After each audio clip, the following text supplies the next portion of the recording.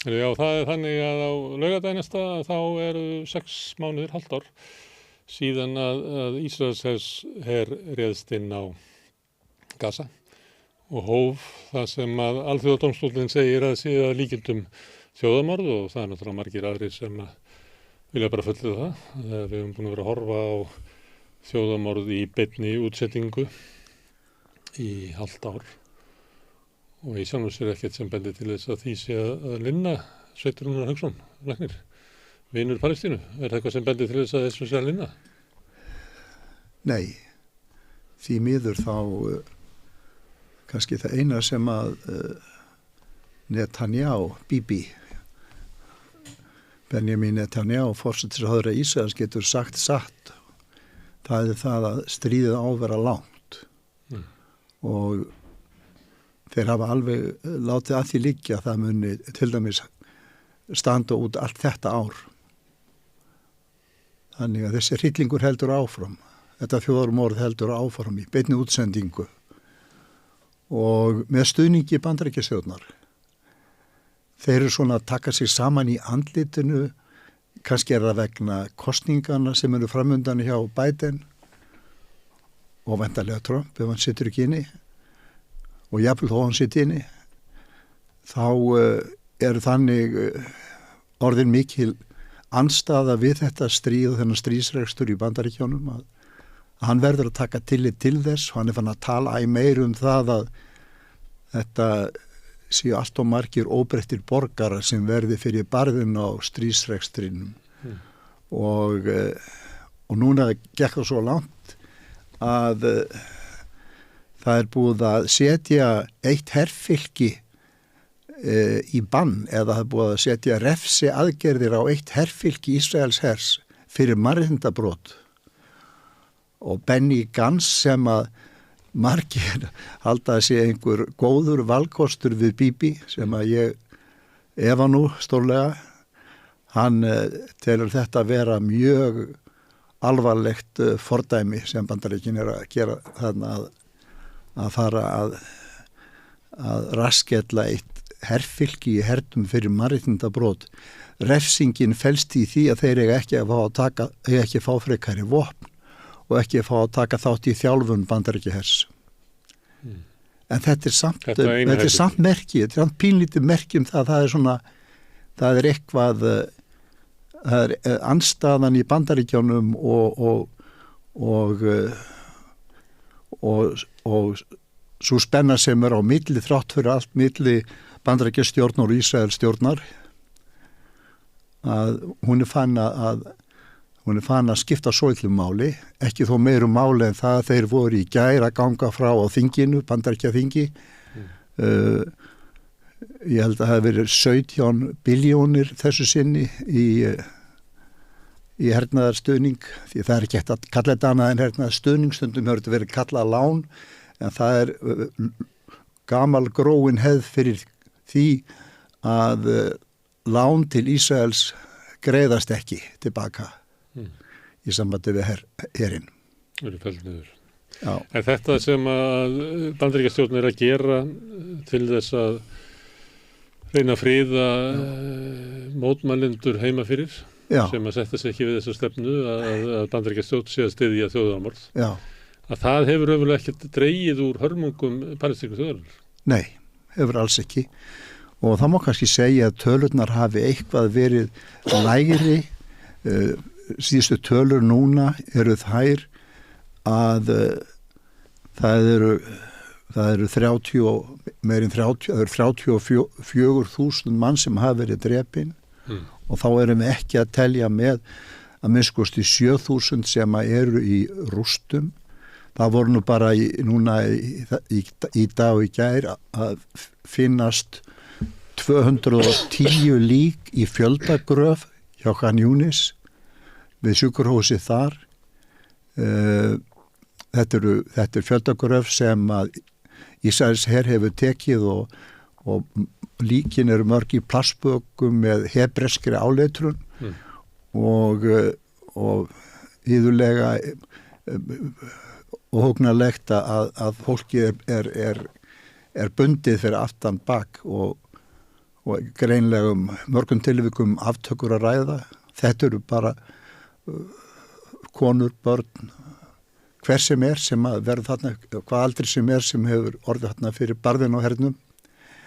Ég veit ekki hvort að þessar tölur komast einu sinni inn í fjöldatölur vegna þess að það eru til þeir sem að eru að eitthvað að véfengja þessar tölur og segja þetta sé þetta komið frá Hamas. Það er nú ekki margir. Það er nú helst svona bara öfgafylstu stuðningsmenn Netanyahu sem gera það. Já, og slíkir eru til hér á landi og eru vel að skrifa í Morgunblaðið.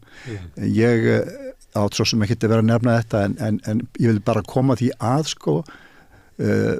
fyrsta lagi þessar tölur eru alls ekki véfengdar af Sameinuðu þjóðunum eða stofnunum Sameinuðu þjóðuna. Í öðru lagi heilbrigðis ráðuneytið á Gaza, því stjórnað frá Ramallah, þar að segja það er kosta af Ramallah stjórninni. Það er á vegum Ramallah stjórnarinnar og í öðru lagi þá liggja fyrir, í þriðja lagi þá liggja fyrir listar, þannig að það eru bara hreinlega listar, nafnalistar sem hægt að nálgast á netinu. En ég hræddur að þeir sem eru að koma upp úr fjöldagur af Ísraelshers þarna við Khan Yunis, þessi 210 sem voru grafnir upp núna, að það er talað það það veit enginn hver þetta er ekki víst að þeir komist á listana. Nei. Og það eru 37.000 manns sem hafa fallið.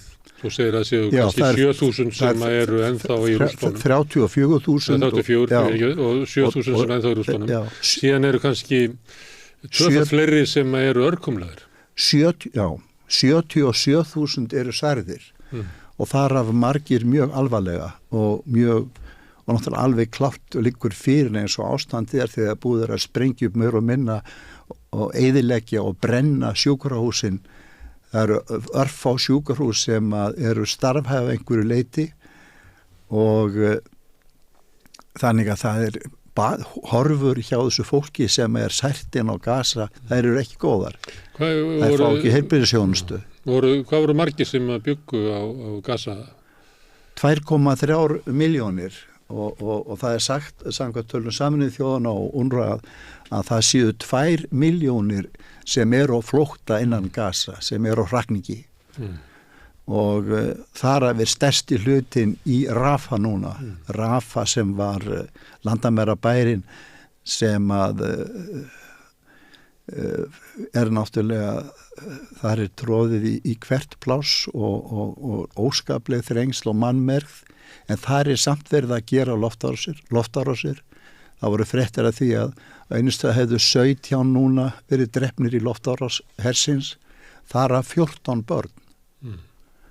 Þannig að tölurnar halda áfram að hækka. Þetta er fyrst og fremst konur, mæður og börn sem að verða fyrir barðin á þessu stríði og ég gerði það strax í upphafi þegar að Netanyahu talaði stríð gegn Hamas að þetta væri stríð gegn börnum og það er ekki hægt að segja annað. Þetta er náttúrulega stríð, þetta er þjóðarmorð, þetta er gereyðingar herferð. Það er sjálfsög ekki hægt að kalla þetta stríð vegna þess að það er annars vegar 500 milljóna her þegar búið var að kalla út varaliði líka og hins vegar þessar Kassamsveitir og aðrir baráttuhópar andspyrnuhópar innan svæðisins.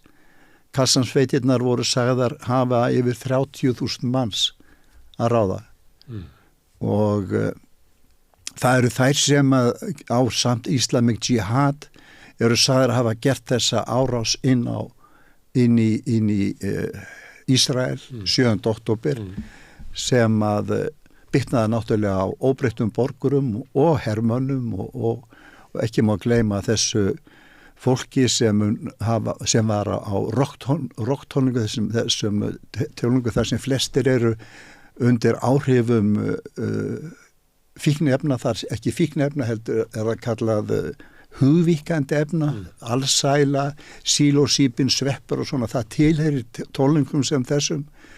Þetta skiptir kannski ekki miklu máli en þó að það mun hafa haft áhrif á það að fólk bregst ólíkan hátt við svona efnum, sumir verða bara hreinlega klárir og gátu bara forðað sér, en lang flestir eru í einhverju vímustandi sem að gerði það að útkoma var enn hryllilegri en ella, en við vitum í raun ekki nákvæmlega hvað gerðist.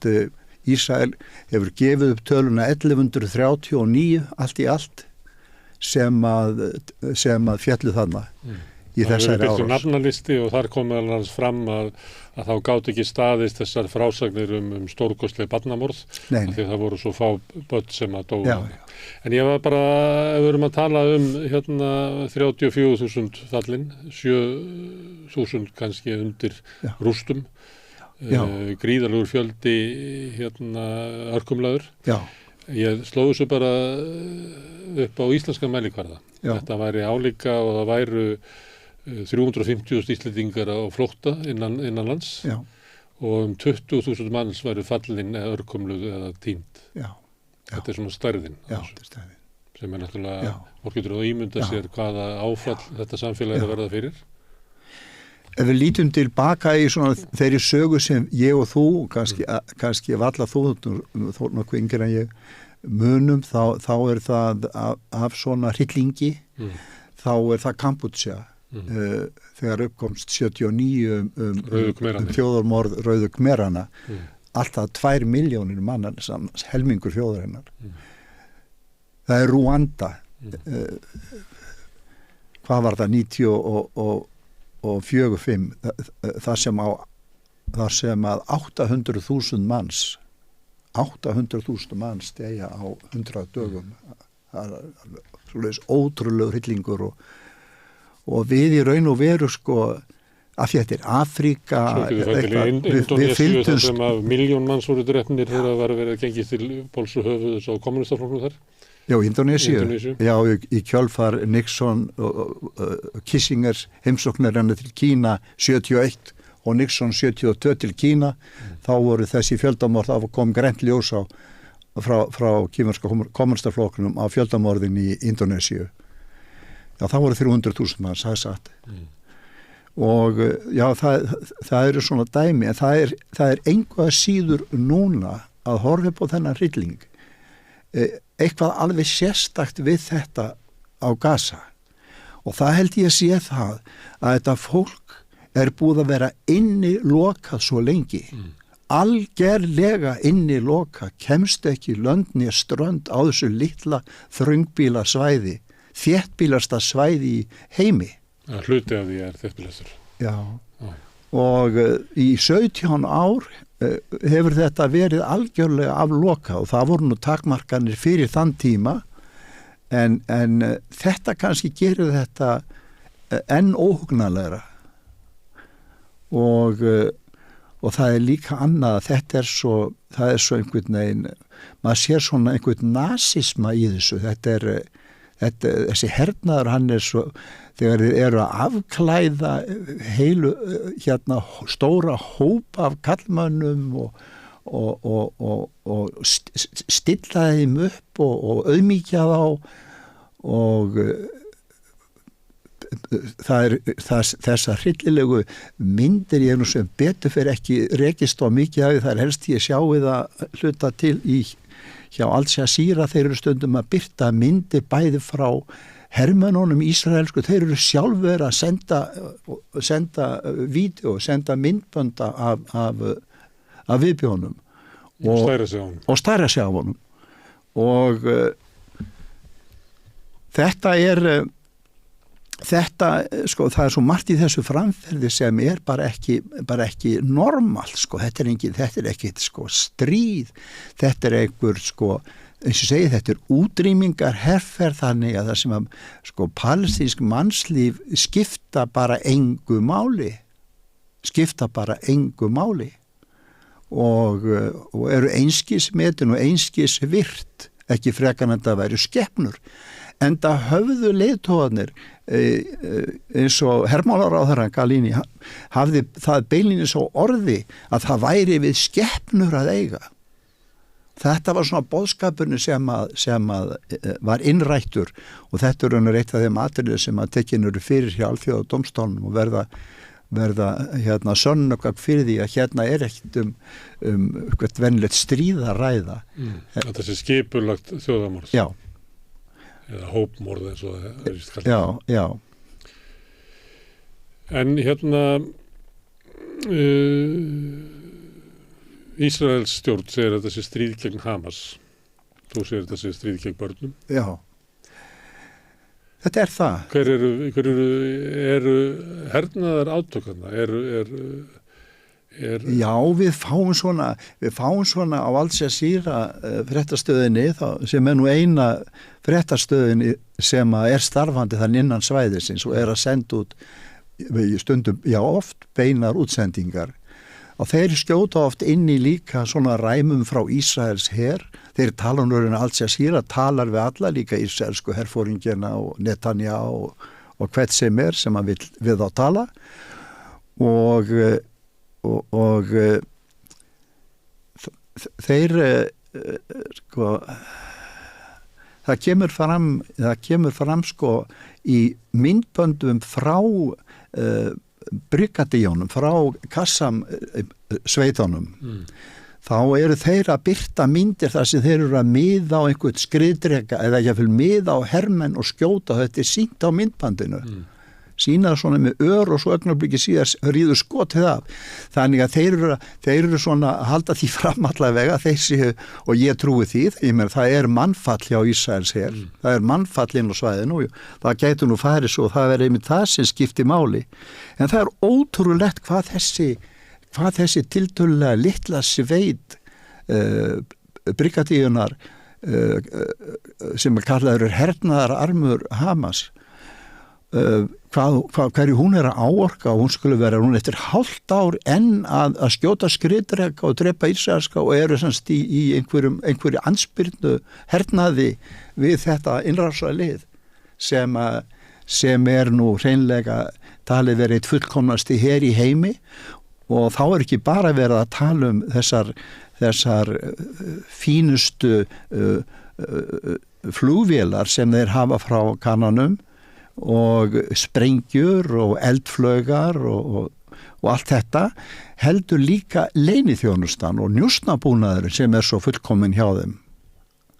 Og maður til dæmis skilur alls ekki hvernig það mátti vera þessi árásgat á sér stað 7. október þegar hann algjörlega áttur að koma að setna fram vonandi. Og hversu hæg viðbröðin voru. Já, en sem sagt það er þarna hernaður. Fyrst ég fann að tala Qassam og Hamas-samtökin, þá hefði ég nú gaman að þú mátt vera að ég segði þér pínlítið af minni reynslu af Hamas-samtökunum, því að ég held ég sé ein Íslendingurinn sem hef átti fund með stofnanda Hamas-samtökana. Þetta hafi komið fram í Staksteinum uktumenn. Já. Og einmitt Stakstein auglýstu hérna á Þorláksmessu fundinu með mynd, en það var ekki með stofnandanum, það var með Ismail Haniyeh sem var forsætisráðherra á þessum tíma og raunur enn því það hafi ekki verið haldnar neina nýjar kosningar síðan að hann og Hamas-samtökin með breyting og umbætur hér listin þeirra sem að vann stórsigur í kosningum 2006. Og niðurstaða þeirra kosninga hún var aldrei viðurkennd af Ísrael eða Bandaríkjónum eða Evrópusambandinu. Það var bara ákveðið að sjálfsákvörðunarréttur Palestínumanna, hann gildir ekki. Hann gildir ekki frekar í mannslífin, þau telja ekki. Og þeir með að kjósa það sem að við kjósa. Já, ekki kjósa það sem við viljum. Já, en þeir bara, þarna var alþjóðlegt eftirlit með kosningum sem voru undir erfiðum kringumstæðum hernáms. En þá tókst samt að framkvæma þessar kosningar og á lofsverðan hátt að mati Jimmy Carter stofnunarinnar sem að hafði sérstaklega eftirlit með þessu og fleiri aðilar sem að viðurkenndi það að þessar kosningar hefðu verið lýðræðislegar. Men þetta eru Hamas-samtökin sem að vinna þarna, þau höfðu árið áður unnið svona áhugaverða sigra í sveitarstjórnarkosningum, stundum voru að styðja einhvern aðila eins og í Betlehem og víðar og voru svona bara með en En þarna eru þau í raun og veru svona á vissan nátt að stíga sín fyrstu spor og mér langar til þess að nefna það hér að sko Hamas-samtökin þau verða ekki til fyrir 1987 miðjan desember, þessi 14. desember. Félagið Ísland-Palestína var til 29. nóvember og nákvæmlega 10 dögum eftir stofnun félagsins þá braust út uppreisnin sem kölluð var intifada, uppreist gegn hernámi. Og það var kölluð friðsöm uppreist. Það voru mótmæli og krakka voru að kasta grjót í skriðtrekk og svona. En hún var nú ekki mjög friðsam af hálfu Ísraelshersi að þeir bæði mörkuðu lífið og gerðu fólk örkumlega fyrir lífstíð með því að skjóta aðalega stráka í bakið og þannig að fleiri hundruð lömuðust. En það sem gerist þarna það að þessi samtök sem ekki voru til, Hamas-samtökin, það var hins vegar til nokkuð í Egyptalandi sem hét Múslimska bræðralagið og það var svona deild úr því í Palestínu og þetta var aðalega í kringum moskutna, trúarleg hreyfing, íslamsk hreyfing og þessi hópur, hann var svona, hafði aðalega verið í því og þar á meðal var hann Sheikh Yassin, það var hann sem ég ætlaði að segja frá og ég hefði hitt og átti mjög ánægilega fund með honum 2003. Þeir hafði aðalega verið í þessu trúarlega og svona góðgerðastarfi sem hluti af þessu trúarlega og svona félagsþjónustu og þess áttar og kannski var það þess vegna þeir voru ekki neinni valdabart, höfðu ekki áhuga á pólitík. En þegar að uppreisnin brýst út þarna snemma í desember, viku af desember, þá eru þeir að hafa hraðar hendur því að þeim var stillt upp við vegg. Heyrðu, það bara komin uppreist hjá þjóðinni. Hvar ætlið þið að standa? Ætlið þið bara að liggja á bæn? Og byrja fyrir öllu saman eða ætlið að gera eitthvað, ætlið að taka afstöðu og það þá sem að þeir ákveða að stofna þessi samtök sem heitir Íslamska andspyrnuhreyfingin og Hamas í raun og veru bara stytting á því. Þeir halda áfram sínu störfum, þeir voru áberandi svona vinsælir meðal þjóðarinnar. Það var svona komið kannski á vissátt, var alltaf verið að tala svona svolítið niður fatasamtöngu og PLO því að þar lágu völdin og peningar og það virti sem að leiðtóðinir þar ættu allir stór og fín hús. Leiðtói Yassin, þegar ég heimsaði ekki Sheikh Yassin, þá býr hann bara í fátæklegri íbúð í flóttamannabúðunum Shad og Ismail Haniyeh, hann bjó líka í flóttamannabúðunum. Það var sagt frá því núna þegar þeir myrtu 3 syni hans og 4 barnabörn sem hefur eiginlega ekkert verið sagt frá í 2-3 dagar reyndi að fylgjast með Ríkisútvarpinu hvort það ætlaði ekki að segja frá þessu. Ég sá enga fréttur þetta í sjónvarpi, hvorki 7 fréttum eða 10 fréttum. Þeir nota leyniþjónustuna til að fylgjast með ferðum 3 svona.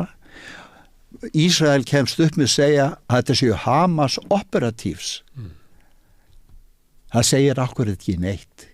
Þetta voru 3 glæsilegir ungir menn sem voru að fara í svona jólaheimsókn innan til fjölskyldunar með 4 barnasyna, 4 barnabörn Ismails og bíllinn sprengdur í loft upp. Það var bara sagt frá því í sumum fréttum að þessir operatívs hefðu þá ekki sagt frá því að 4 börn hefðu dáið. Nei, ég ætla bara að segja frá þarna bjó hann líka Ismail Haniyeh og þetta var svona kannski munurinn á börnin ekki við nám í Bandaríkjunum eins og kannski úr öðru flokkum og einhverjum fínum háskólum. Það þetta sem kannski gerði gæfumuninn í kosningunum líka að þeir unnu kosningarnar 2006 og það önnur samtök þarna núna því að núna ég segi til dæmis að varðandi Hamas-samtökin, sko, mér finnst að satt að segja svolítið svona íhaldssamtök, sko, þau eru íhaldssöm á mörgum sviðum. Það er til dæmis, man ég eftir hvað það gat farið í mann að krakkar, unglingar máttu ekki vera saman í æskulýðsstarfi, eins og vantar nú menningar og æskulýðsstarf þarna, þá var það kynin að vera aðskilin og einhverja svona dellur. Þetta var svolítið svona KFUM-legt, eins og KFUM máttu ekki dansa, eins og var hjá KFUM máttu ekki dansa, svona í gamla daga. Og hérna, þetta verður svona sáflokkur sem að ég myndi nú síðast kjósa ef ég væri palestínumaður og byggja Gaza-svæðinu. Trúarlegt afturhald. Og ég veit ekki hvort ég með kosningarétt og ég sé með borgararétt í Palestínu, þá veit ekki hvort að því hérna skilríki fylgir kosningaréttur, en það væri örugglega einhver annar flokkur sem að ég myndi kjósa, og þeir eru margir flokkarnir þarna sem er að ræða.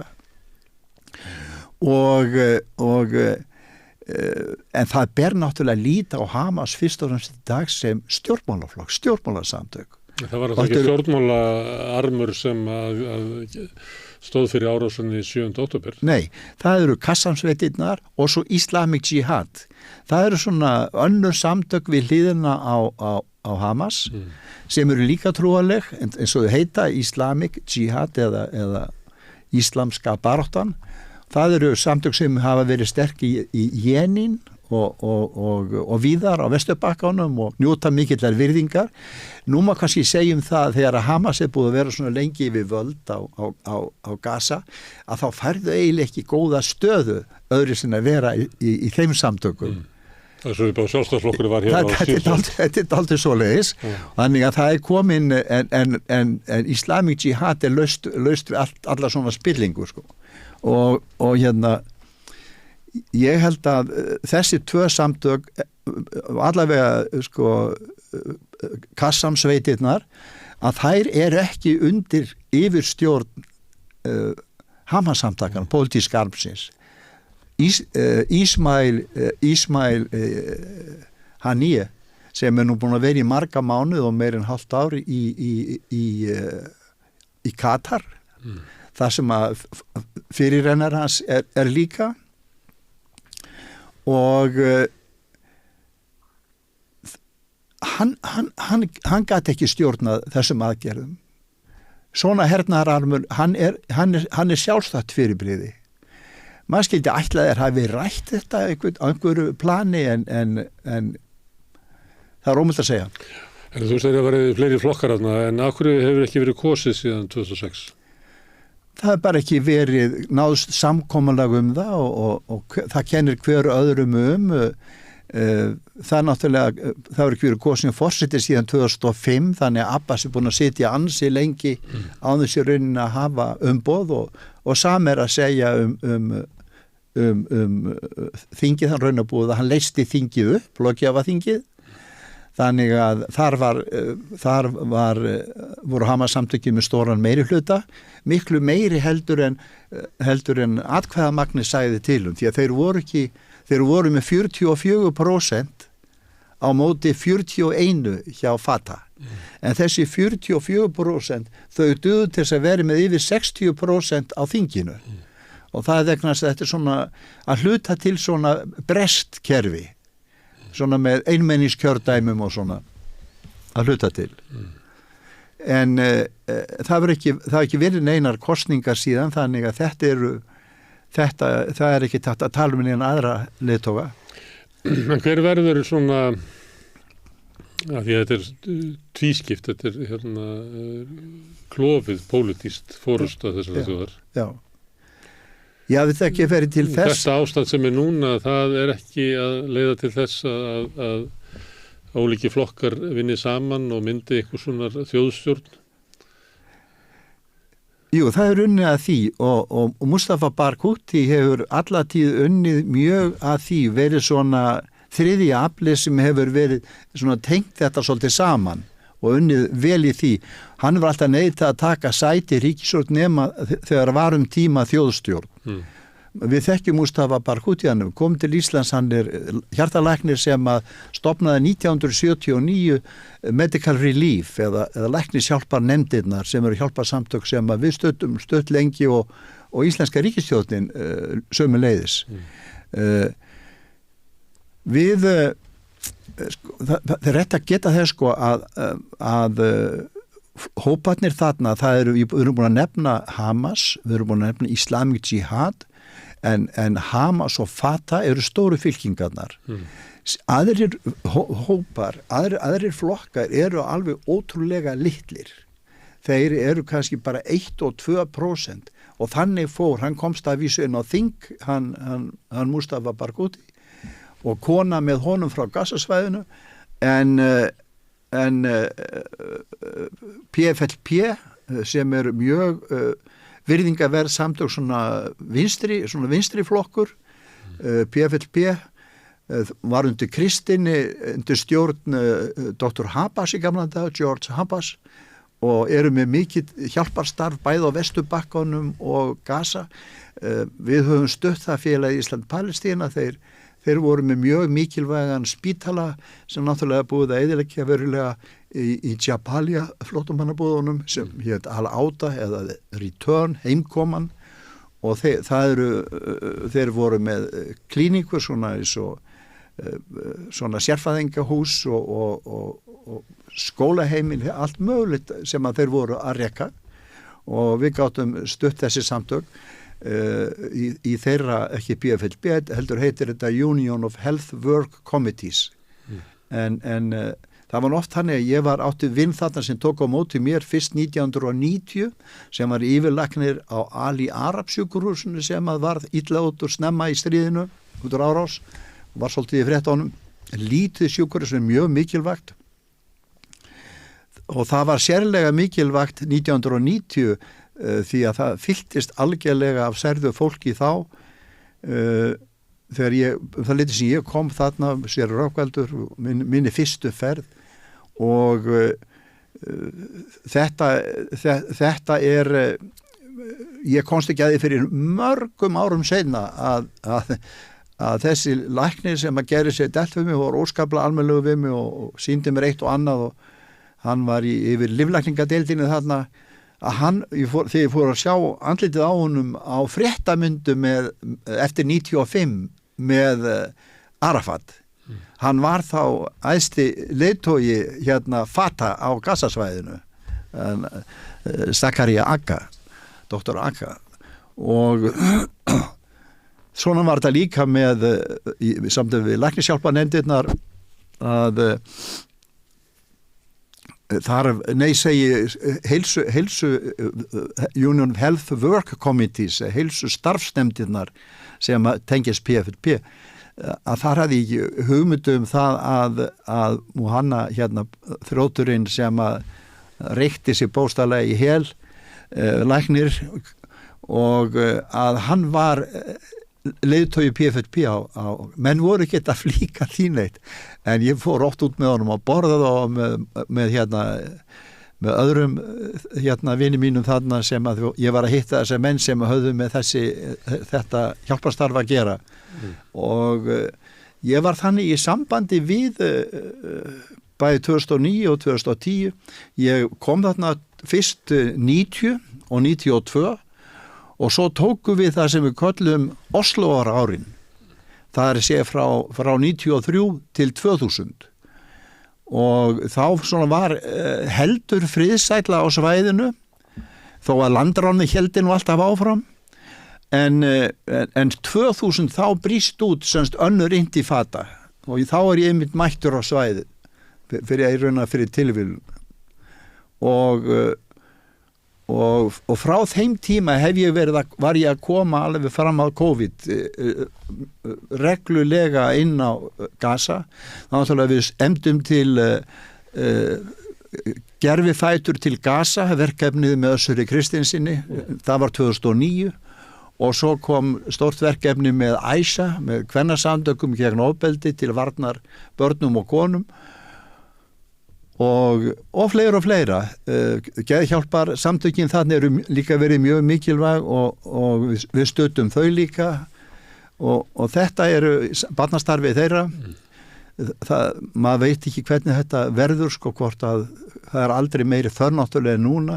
Við erum að tala tölur og særðum og dánum en við tölum ekki þá sem lifa. Það eru 2, ég alltaf að minna mig á það eru, þó að sé búið að drepa þetta marga, þá sennilega ennþá 2,2 milljónir manna þarna á lífi. Af því svo allt hungrað orðið langsoltið meir og minna. Heimilislaust og flótta. Já, heimilislaust og flótta, algjöru örgisleysi og er að upplifa þessar sprengingar og loftárásir og dauða og tortímingu endalaust. Og þegar þau koma sleppa í gegn þegar einhvern hitti mann í gær á fundunum okkar á Austurvelli sem hafði verið að koma sinni, fór til Kaíró til að hjálpa til við að koma sinni fjölskyldu yfir. Hann var búinn að missa bróður sinn og yngri bróður en tókst að koma foreldrunum og öðrum systkinum yfir.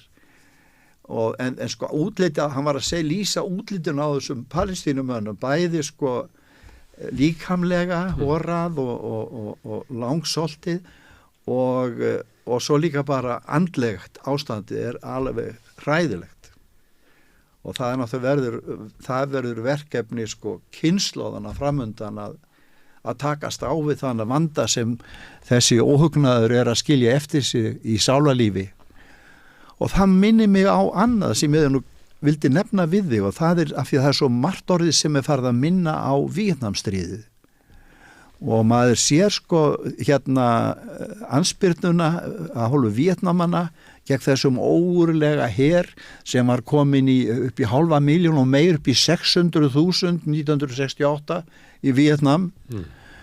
Og þessar loftárásir, þessar teppulagningar og þeir tala sama, það sama núna eins og þarna Gazaborg og norðurhlutin sérstaklega að það búið að teppalegja þetta meira og minna og með sprengjum og þá fer ég svo eiturefna hernaðurinn þar. Hann var náttúrulega hryllingur sem að Víetnamandir eru ennþá að mega lifa við að börn að fæðast vanskópuð og fólk að fæðast með krabbamein vegna þess að eiturefnin dioxínið er ennþá í jarðveginum og er ennþá að menga enn eitt sem að mér finnst sko sláandi þarna og það maður hugsað til bandarísku hermannanna sem eru teknir 18 ára gamlir og sendir í stríði til Víetnam.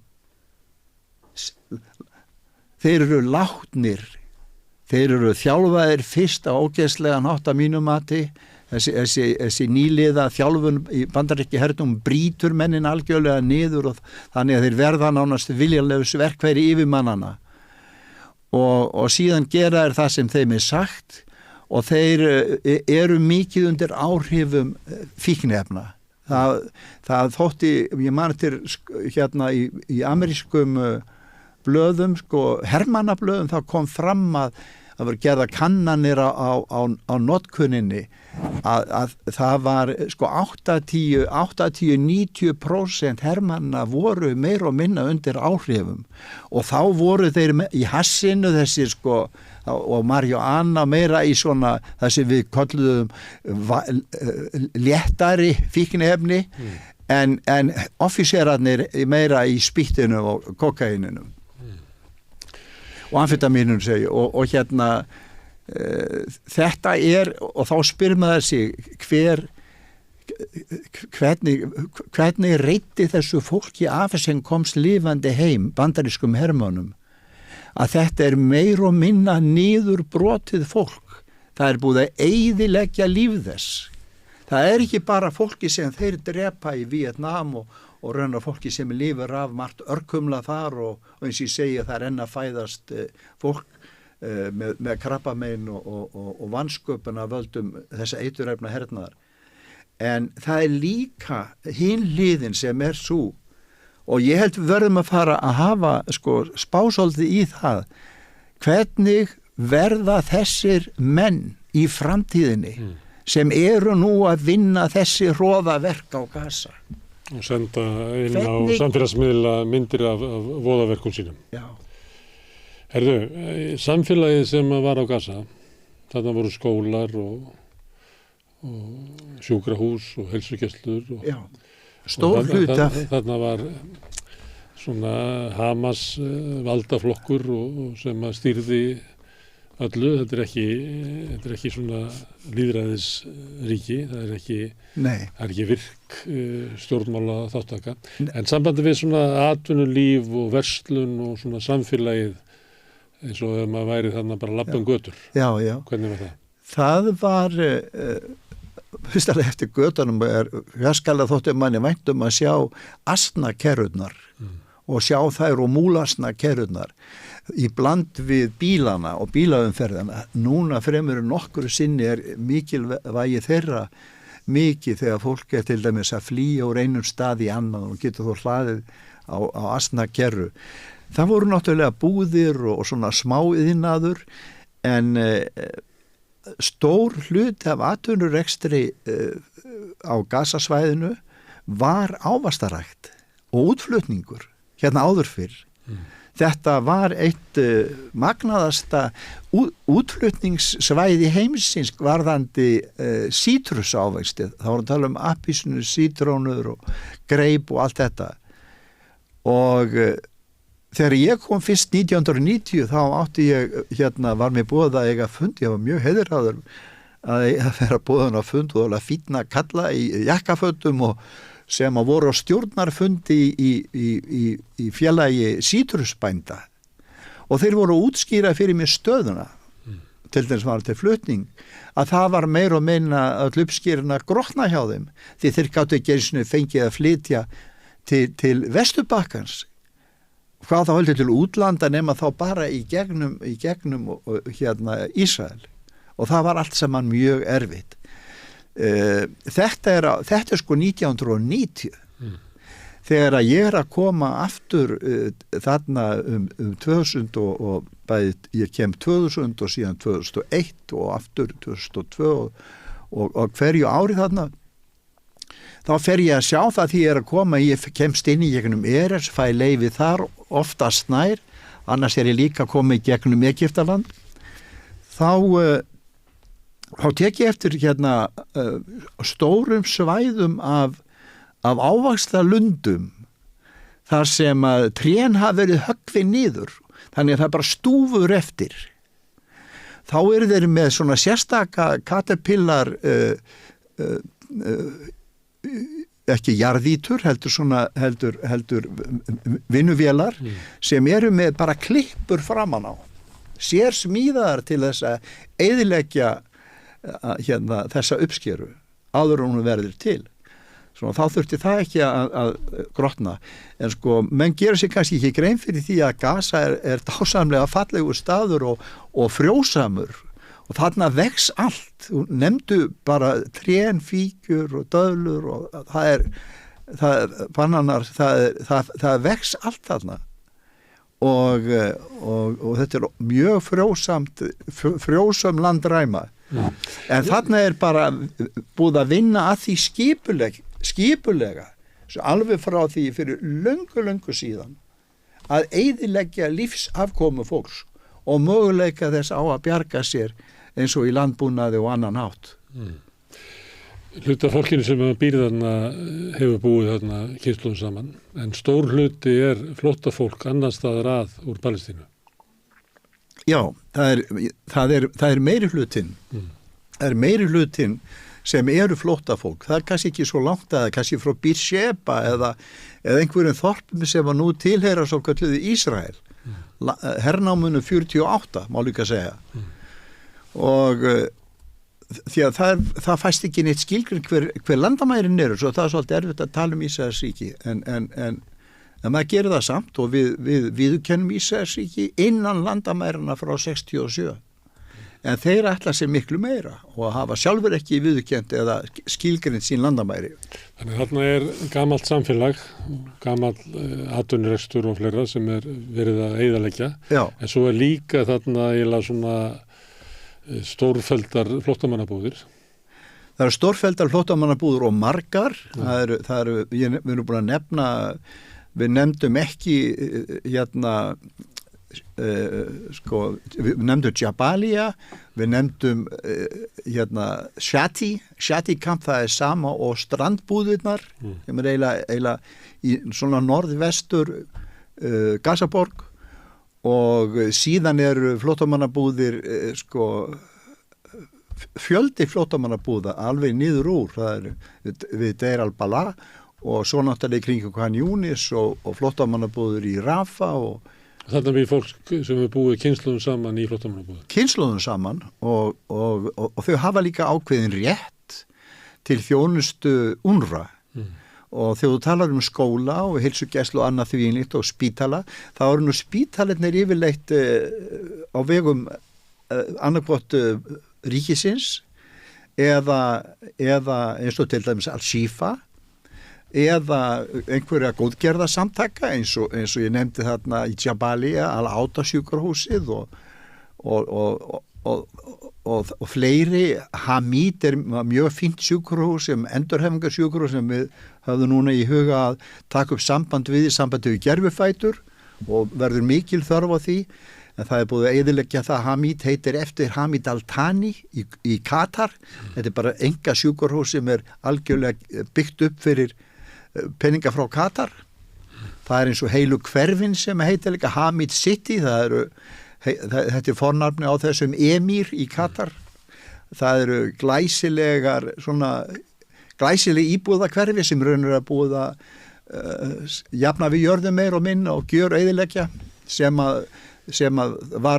voru byggð upp fyrir tilstilli emírsins og það var svona lotteri hver fekk að fá íbúð þarna, því að það voru margir umsækjendur af þeim sem höfðu mist í fyrri árásum. Við erum náttúrulega þessi árás sem er búin að standa núna í rúmt hálft ár og náttúrulega svo lang lengsta og umfangsmesta, en maður var nú aldrei búin að fá að sjá forsmekkin að þessu eins og til dæmis 2014. Nú rætt það sem að var og það sem að er. Hvað getur orðið þarna? Hvernig getur þessu lint? Og hvaða framtíð á þetta fólk? Það er náttúrulega fyrir öllu er vopnahlé strax. Og leiðu við fáum vopnahlé, þá er þetta að flytja inn hjálparvörur og sjúkravörur, lækningavörur, matvæli, eldsneyti og þetta herinn verður að fara á brott. Það er ekki nokkur leið til að hugsa sér neina framtíð þarna nema þessu stríði linni og Ísraels her verði á brott og fólki fá að snúa heim aftur í rústirnar, þeir sem treysta sér til, og það þarf náttúrulega gríðarlega hjálp utan í komandi til þess að byggja upp. Það er sennilegt að mjög lítið, bara sára lítið sé nothæft af byggingu sem eftir eru uppi standandi. Það gætu verið kannski 10%. Ég held að sé búið að eyðileggja 90% af byggingunum norðfrá. Og það er ennþá verið að. Og það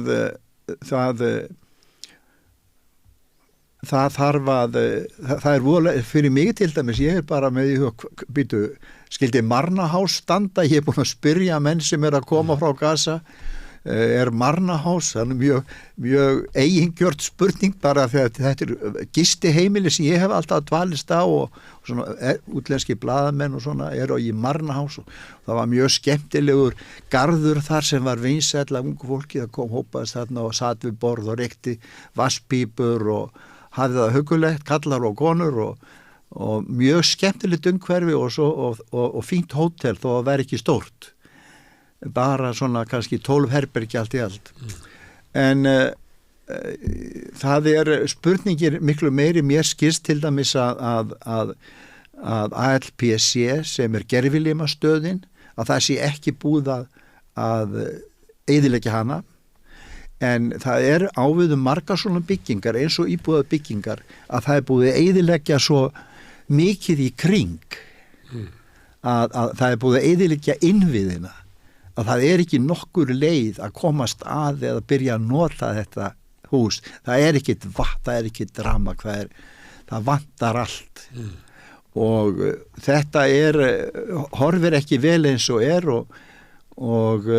en það maður veit ekki fyrir að stríðinu linnir og fólk að snúa heim aftur, sko þó að sé ennþá stríð, nú það af því að þeir fóru frá Khan Yunis eftir ódæðisverkinu þar og núna voru síðustu fréttir að það var að finnast þar fjöldagröf. Það að finnast þar fjöldagröf sem að einhverjir á vegum Sameinuðu þjóðanna voru að grafa upp, og það búið að grafa upp 210 lík þar ómerkt og annað eftir þessu, sko, það auðvitað ekki séð fyrir endan á þessu, en mér finnst að fólki vilji trúa því að það geti fengið landið sitt aftur. En það eru önnur sjónarmið sem hjá þessu árásar ríki Ísrael og sérstaklega ráðherrum í þeirri stjórn sem að hafa frá upphafi ætla sér þetta að hreinsa til bara og burti með þessa Palestínumenn. Og þá komum við kannski að því að herið þyrfti að fara í burtu, það að vera vopnahlé. Það að vera gríðalegu stuðningu við að byggja upp samfélagið aftur. Já. Ef við verum í Úkraínu þá það fjármagnað af einhverjum fé sem tekið af Ísraelsmönnum til þess að fjármagnaða, til þess að Palestínumenn fengið það. Já. Það er nú eitthvað annað. Þeir hafa ekkert svona plan. Þeir hafa aldrei borga krónu fyrir sína eyðileggingu. Nei. Það er ekki svona plan í gangi og það eiginlega enga líkur til þess að stjórnvöld í Ísrael setti því það að herinn bara fari og Gaza verði undir stjórn Hamas. Sko, ég held að menn mikið að tala spurningin eiginlega hvað þyrfti að ganga á í Ísrael til þess að eitthvað slíkt myndi gerast. Já, það er alveg rétt. Og hvað þyrfti að ganga á í Bandaríkjunum. Það skiptir mjög miklu máli hvað gerist í Bandaríkjunum og hvað verður ofan á þar, og það er náttúrulega óskaplega ánægilegt að fylgjast með því að hreyfing, sko, aðalega ungs fólks, ungra gyðinga í Bandaríkjunum að verða mjög öflug og það er engin spurning fyrir mér það að þeir hafa verið að verki þarna við Kolumbía háskólan, þar sem 100 voru handteknir fyrir að mótmæla stríðinu og þetta myndi mig nú á Kent 1970, 4. maí. Þar voru þeir að vissi ekki handteknir, heldur skaut þjóðvarliðið stúdenta til bana fyrir að mótmæla Víetnamstríðinu. Bandaríkjamenn hafa farið niður mótmæli með þeim ætti oft áður. Það var Occupy Wall Street var farið niður með mótmælum. Já. Nei, með ofbeldi og Black Lives Matter, það voru mætt mikil hörku, það voru stúdenta uppreisninnar og ungsfólks uppreisninnar á tímabilinu sem þú ert að vísa til, mótmæli gegn Víetnam, að Bandaríkjamenn eru bara vanir að mæta svona mótmælum sem mótmæli gegn stjórnarstefnunni bara með hörku. Já. Það er eiginlega reglan í Bandaríkjunum. Mér langar aðeins til að taka upp þráðinn þar sem þú spurði mig svona göturlífið, verslanir og þá það náttúrulega áberandi þrátt fyrir allt og í öllum hörmungum, gegnum allar hörmungar, að þá myndu finna glæsileg ávaxta og grænmetisborð. Það er sem að þið langar í allt. Og það er fljótt að koma til sögunar. Það þrátt fyrir allt ræktun í gangi og það er til sölu hægt að fá ávöxtina og það er meira sér núna þannig að við séum allt óskaplega dýrt en varðandi sko iðnaðinn bæði í hvað sem kallaði textíliðnaður og svona fatnað og eins bara ég kann nú kannski ekki að fara með þetta sko að lýsa mismunandi tegundum svona smá iðnaðar og jafnvel það sem að tölvur koma við sögu eða samsetning og þetta hefur allt verið til staðar því að palestínska þjóðin og ekki síst á Gaza gríðarlega vel menntuð. Hún bara algjörlega heimsmæli hvarða. Læsi og bara háskólagráður og hvaðina og þannig hafa verið eru háskólarnir þegar við sem búið að sprengja þá algjörlega í rústir núna, alla háskólana en þarna er mentað fólk en þessir menn sem koma út úr skólanum þeir eru bara og hafa verið atvinnulausir. Það er alveg óhemjulega há og varla nokkur staðar eins há atvinnuleysistala eins og á Gaza. Og þannig að þegar verður að kannski að tala 50% þá verið að tala yfir línuna sko en ungt fólk frekar 70-80%. Það er bara sjaldgæft að ungt fólk fái vinnu. Flestir fara það byggist ekki upp atvinnulíf undir þessum aðstæðum sem flestir fara í það að vera svona sjálfboðaliðar og til dæmis með þessum samtökum sem við erum að vinna með þá eru gjarnan margir svona velmennta fólk sem að vinnur svona sem lærlingar launalaust en það á að getur orðið til þess að fá einhver tíma vinnu seinna það trúir því. En hvað þarf til þess að breytast? Þú nefnir upprisa ungs fólks í Bandaríkjunum ungra gyðinga og fleiri. Já. En ég var nú eiginlega að draga úr vettinguðinu með að benda á að stjórnvöld í Bandaríkjunum hafa alveg frá uppreistinni gegn Víetnamstríðinu gett sín á því að láta þetta ekki gerast. Þannig að þau hafa mætt bara öllum mótmælum með mikilli hörku og brotið það niður. Já, við erum að grafið undan fórustufólkinu með því að njósnum það svo dreifið ykkur fréttum það til þess að minnka trúverðuleika þeirra. Magnús Þorkell, hann sagði okkur frá því fyrir löngu síðan hvernig eftirlit væri haft með skoðunum fólks í háskólanum í Bandaríkjónum á vegum sionista. Mikla fréttir af því undanfarið þar sem að fólk missi vinnuna ef að andmælir stjórnarstefnunni eða þá að það leyfi á háskólakampusnum einhverja samkomur sem eru ekki í anda stjórnarstefnunar sem þjónar Ísrael. Þannig að ég veit ekki hvað það er að ganga á, Bandaríkjunum þurfa bara að breytast til þess að þar verði möguleiki á að almenningu þrýsti á breytingar á stjórnarstefnunni. En inni í Ísrael sjálfu, nú hefur verið sagt það, meðal annars Magnús sem hún nefndir, hefur verið að segja að kannski tækifæri til þess að verði breytingar inn í Ísrael verði alltaf minn og minni því að svona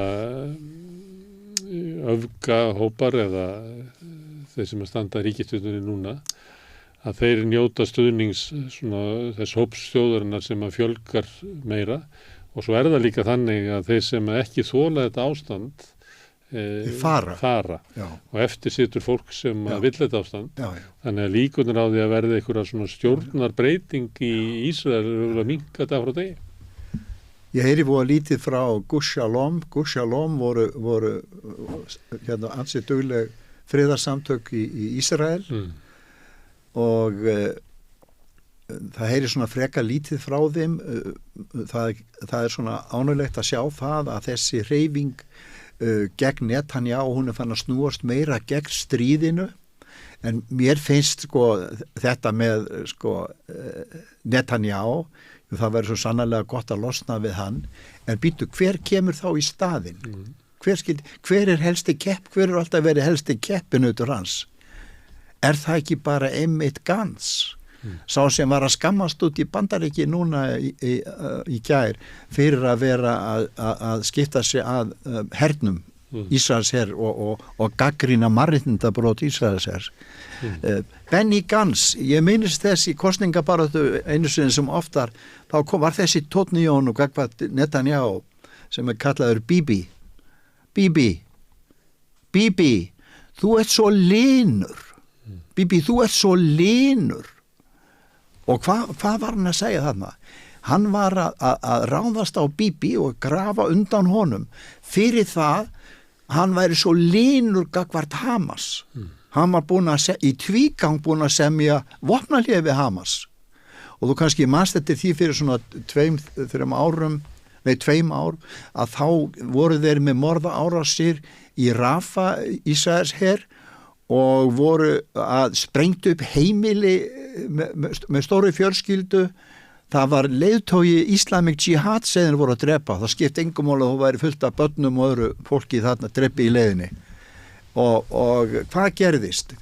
Þeir voru þarna í nokkara daga, þetta stóð stutt yfir þessar árásir þessu sinni. Þeir sögðust bara vera eldast, þetta veri bara stríð við Islamic Jihad. Og hvað gerði Hamas?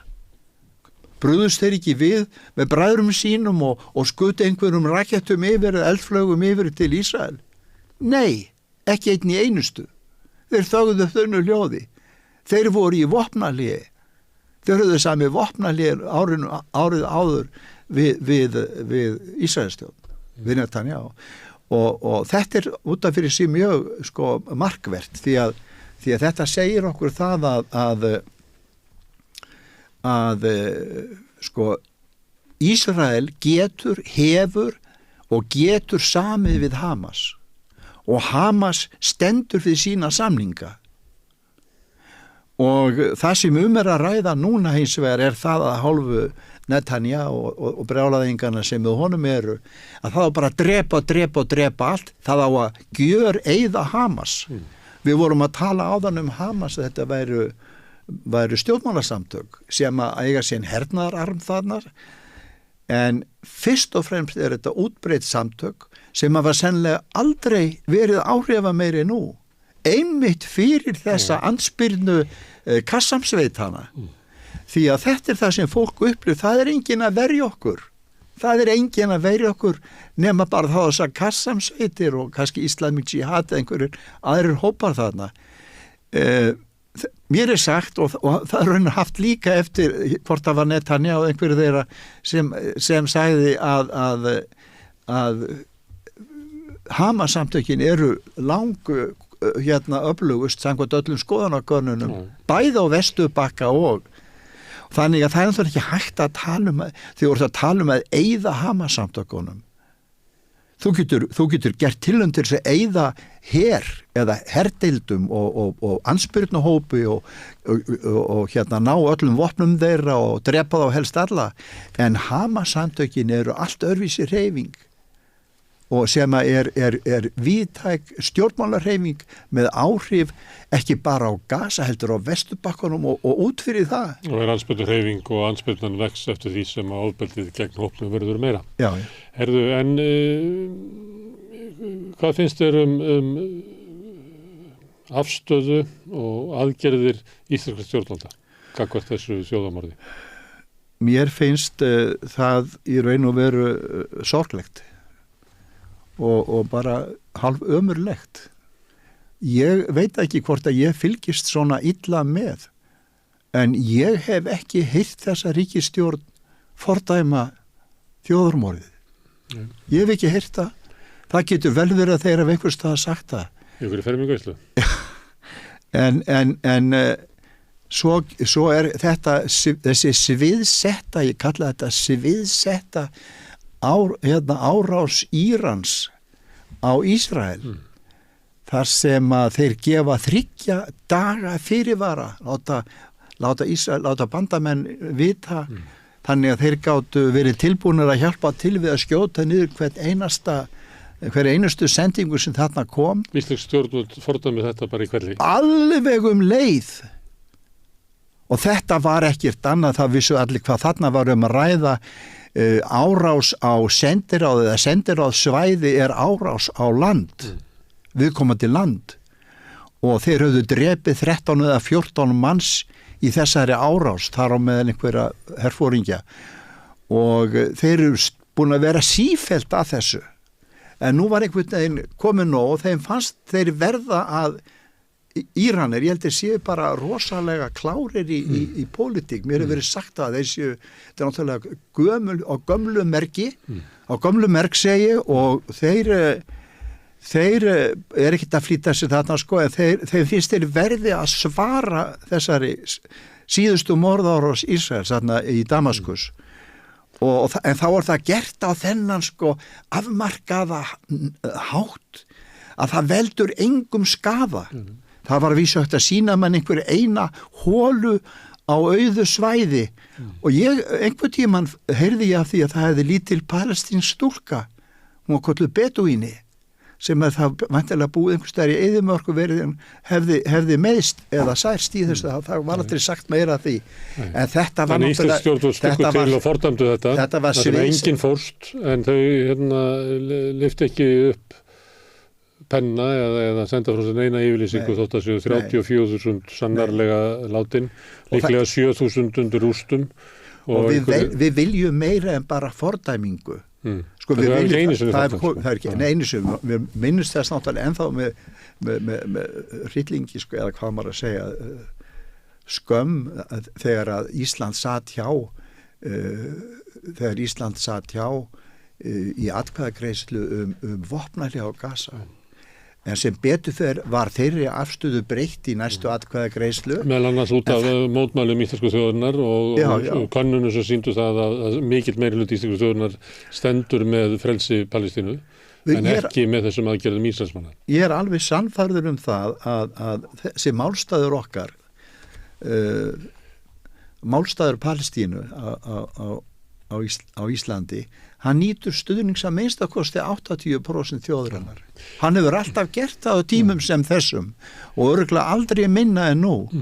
Þess vegna er þetta alveg hörmulegt og við viljum meira en bara fordæmikað myndum strax aðeins segja eitthvað og að þeir létu vita að þetta bara gangi, það verða stöða og þeir eru búin að taka undir kröfun okkar stjórnvöldu vopnahlé strax en þessu er ekkit fyllt eftir og þeir áttu náttúrulega að taka undir styðja Suður-Afríku í kröfunu rannsókn á þjóðarmorði og þeir eiga náttúrulega að fara að gera eins og Spánn og fleiri þjóðar eru farnar að gera, menn sé bandar ekki núna þú í litlu sé að það var verið að setja refsi aðgerðar á eina herdeild í hernum. En Íslandsstjórnum það ekki gert neitt af því? Ekki neitt. Á hverju er ekki hafist handa einhverjar aðgerðir sem sýnið okkur er alvara að við getum ekki og viljum ekki horfa upp á þetta lengur.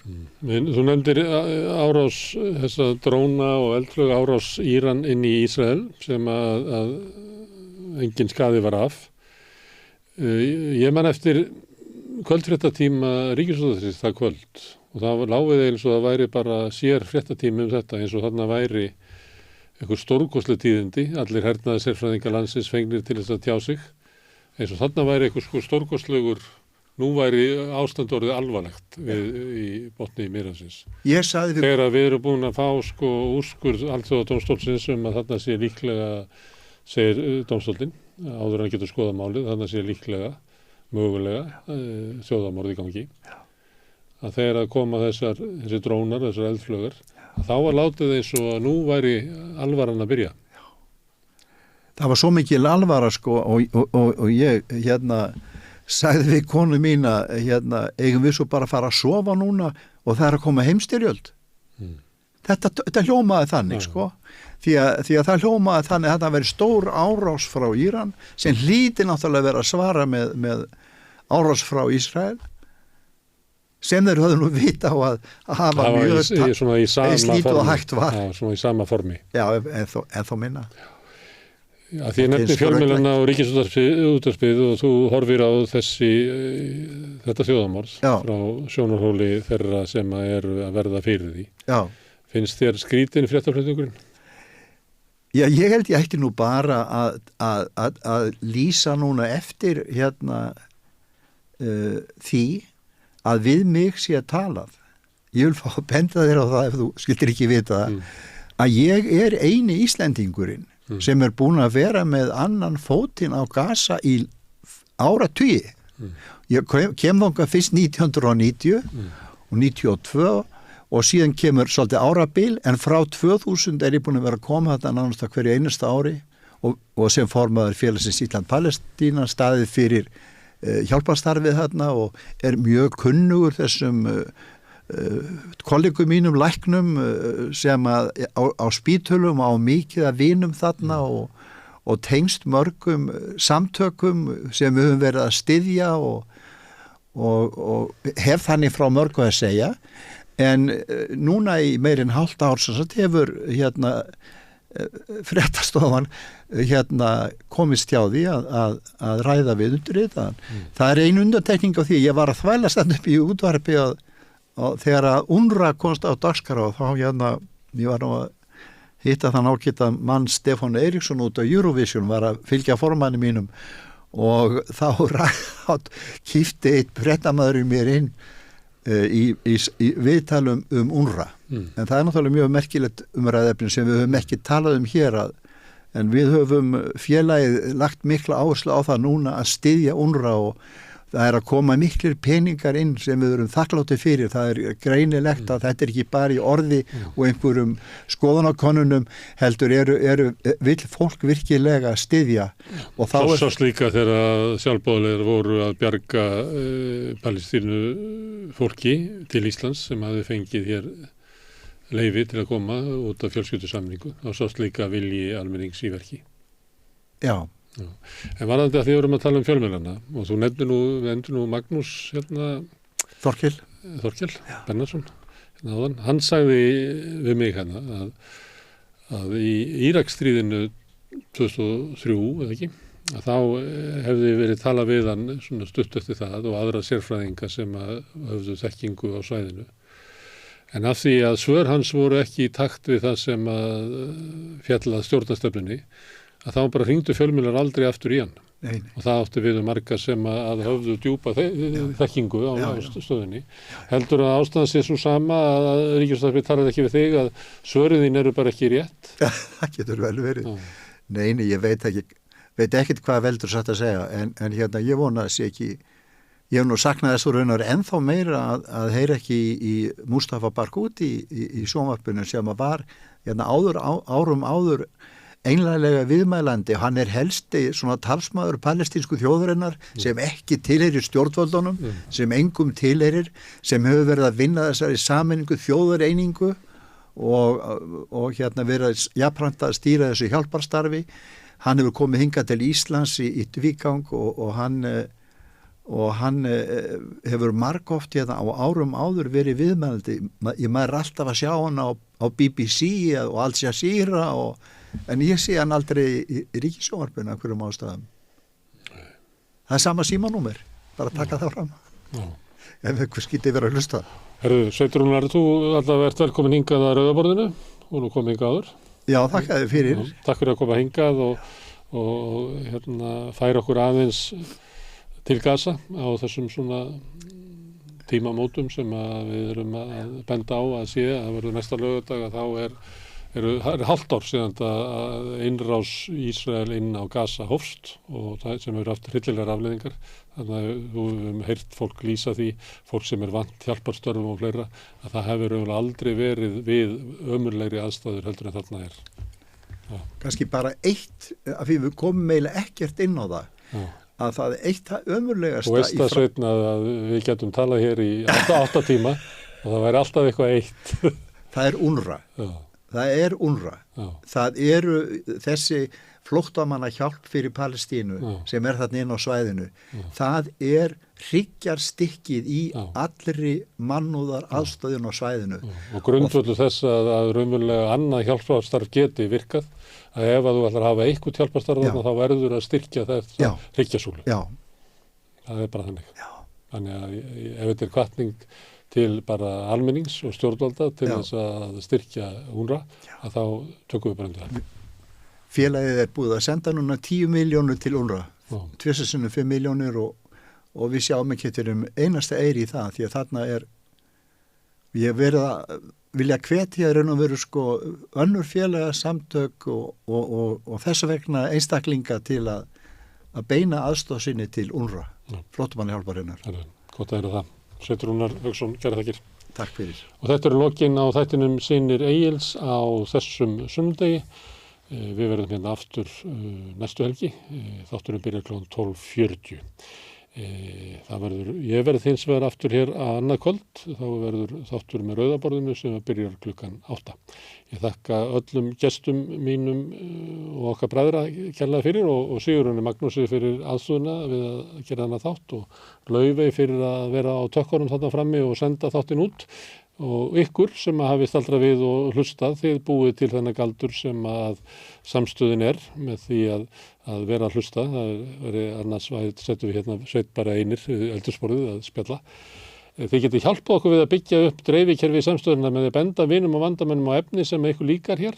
Það stækkar dreifikerfið okkar. Þið getið bent á að við erum á Facebook og á YouTube, við erum á öllum hlaðvarpssveitum, við erum í útvarpinu 89,1 á Stórhöfuðborgarsvæðinu og það má sækja þær útvarpssendingar líka á spilarann, spilari.is á netinu, svo spilari líka app sem má hlaða niður í síman og hlusta á samstöðuna og allar íslenskar útvarpsstöðvar hvað sem í heiminum.